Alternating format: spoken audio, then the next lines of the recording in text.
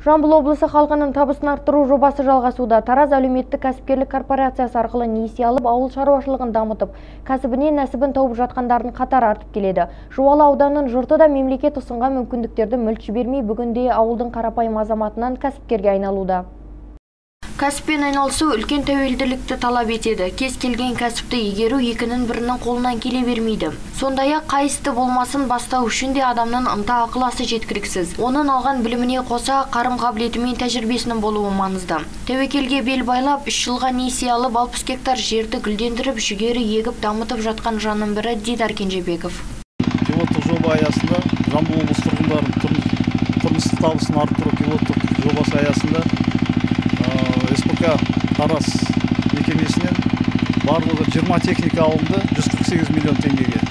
Сонымен қатар ауыл сыртын игеру мақсатында 43 миллион 120 мың теңге ол біз неге ұрықтарға алынды. Қазіргі таңда өздеріңіз көріп тұрғандай 60 гектар жерге жүгері егілді.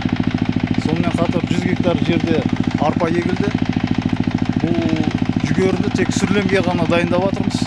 Әр адамның өресі әртүрлі. Алайда мемлекет кәсіп бастаймын дегендерге мол мүмкіндік беріп отыр. Тек қалаулы істі тауып, соны ұршыққа үйіру қажет. Мәселен, Ақсай ауылдық округінде ауыл шаруашылығын дамытып отқан жанның тауары бүгінде сұранысқа ие. Ал несиені бірден қайтару шарт емес, тіпті 1 жылға дейінгі жеңілдіктер беріледі екен.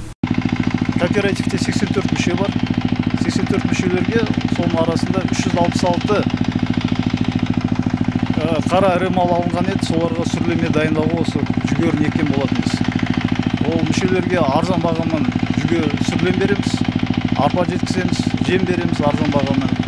Қолдан келгенді кәсіпке айналдыруда оңай шаруа емес. Жалдамалы жұмыстан нәпақа тауып отырғандарға қарағанда мұндай тәуелділікке барғандардың аты алысқа шабады. Қазіргі таңда мұнда 5 адам еселі еңбек етуде, жалақылары да жоғары. 3 трактор, 2 комбайн машинесі де бар.